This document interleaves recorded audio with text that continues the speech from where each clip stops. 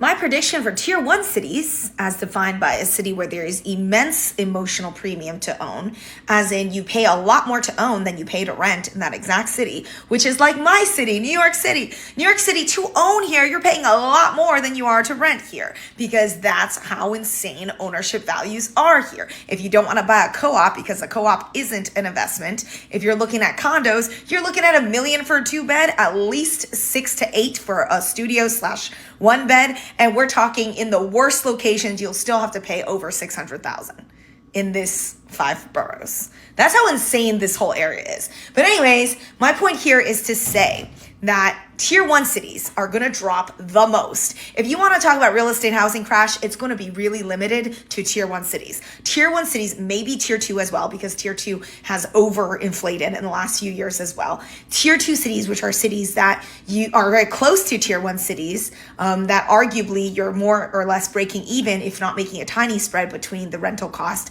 and the carrying cost of the home after 20% down. Those cities are also going to experience relatively low appreciation because so many deals are going to present themselves in tier one cities.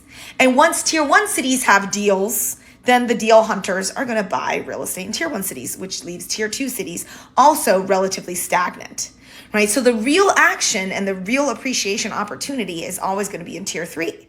Tier three is the only area where you're really going to see massive potential appreciation gains because of how cheap the homes are right now, right? So if a house is $127,000, I bought a 2-family for $117,000 a few years ago in a tier three city. That house is worth a lot more than that today, easily worth 200 plus.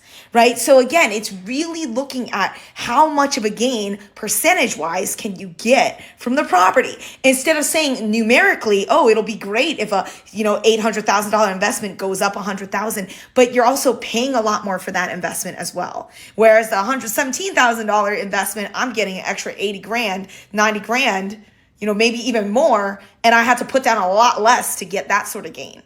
Right. So I'm a big fan of tier three cities. My prediction for tier one cities are relatively bleak.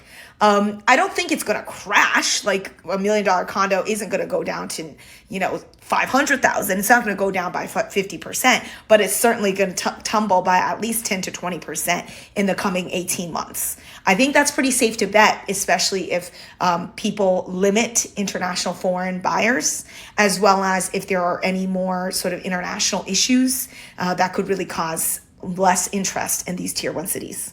And people losing their high paying jobs also doesn't help things either. Tier one cities, you're in for a rough ride.